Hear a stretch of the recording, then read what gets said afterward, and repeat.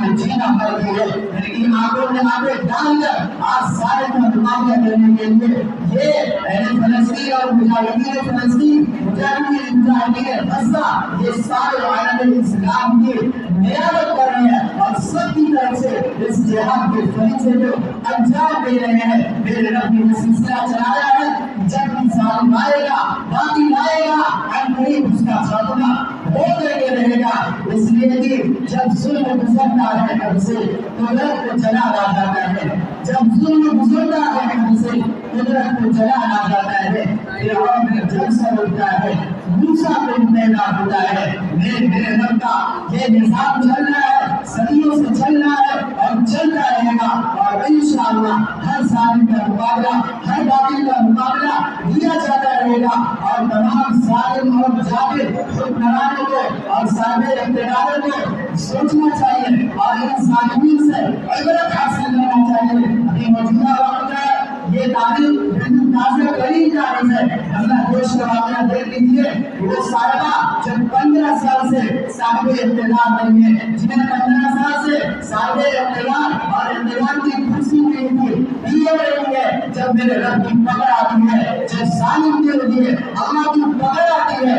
تو ان کو ایک لمحے کے لیے مدد نہیں ملتی ہے۔ آج وہ 15 سال سے اقتدار کی کرسی سنبھالنے والی اس کا حال آپ دیکھیے، آج کوئی اس کا پوچھنے والا نہیں ہے، کوئی کرسانے حال نہیں ہے، آج رہائش کے لیے اس کی جگہ نہیں ہے، دوسروں کے پاس آ کر کے وہ رہائش تلاش کرے، دوسروں کے پاس آ کر کے اس میں سایہ دیا اور ٹھکانہ دیا ہوا ہے۔ یہ میرے رب کی پکڑ ہے۔ اس وقت کے تمام صاحب اقتداروں کو اس سے عبرت حاصل کرنا چاہیے اور سوچنا چاہیے کہ جو آج صاحب نسل ہے وہ کل نہیں ہوں گے، جو آج صاحب نسل ہیں وہ کل نہیں ہوں گے۔ کرائے دار میں ذاتی مقام تھوڑی ہے، اور کسی صاحب نے اس کو دوسرے انداز میں کہا ہے کہ صبح کے تخت نشین شام کو مجرم ٹھہرے، صبح کے تخت نشین شام میں مجرم ٹھہرے، ہمیں پل بھر میں نصیبوں کو بدل دے دے گا۔ میرے رب کا قانون چلا رہا ہے اور ہمیشہ چلتا رہے گا، ظالم اور باطل کا خاتمہ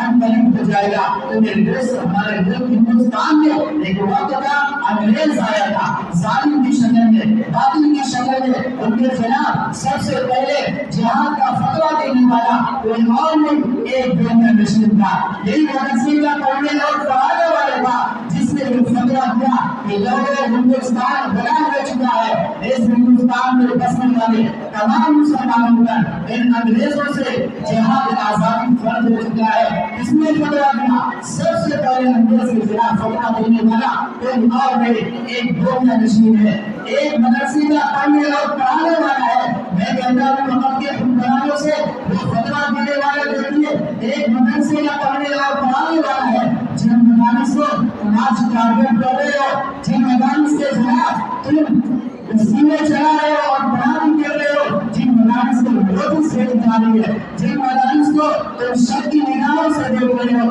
اور جن مدارس میں پڑھنے اور پڑھانے والے کو تم دہشت گرد بتا رہے ہو، اسی مدرسے کا ایک پڑھنے اور پڑھانے والا سب سے پہلے ایک مجاہد انگریز کے خلاف جہاد کا فتویٰ دیا ہے۔ اس کے پاس یہ آگ بڑی ہے، پورے ہندوستان میں لگی ہے، اور آگے چل کر کے ایک شعلہ جلوہ لگی ہے۔ 1857 کی جنگ آزادی مشترکہ دور سے ہندو اور مسلم سکھ عیسائی سب مل کر کے لڑے ہیں۔ یہ جہاد آزادی سب سے بڑی تعریف ہے۔ اس سے پہلے جو جنگیں لڑی گئی ہیں کئی طرح مسلمان ہیں، چاہے وہ 1831 کی جنگ آزادی لڑی گئی ہو، چاہے 1799 کے ٹیپو سلطان شہید رحمۃ اللہ علیہ کو بے دردی سے شہید کیا گیا اپنوں کی غداری کی وجہ سے، چاہے 1854 میں 1856 کے اندر نواب سراج الدولہ کو شہید کیا گیا۔ یہ دو تین جنگیں ہیں جس میں صرف مسلمان ہیں، ہمارے علماء ہیں، ہمارے اکابرین ہیں۔ 1857 کے بعد سے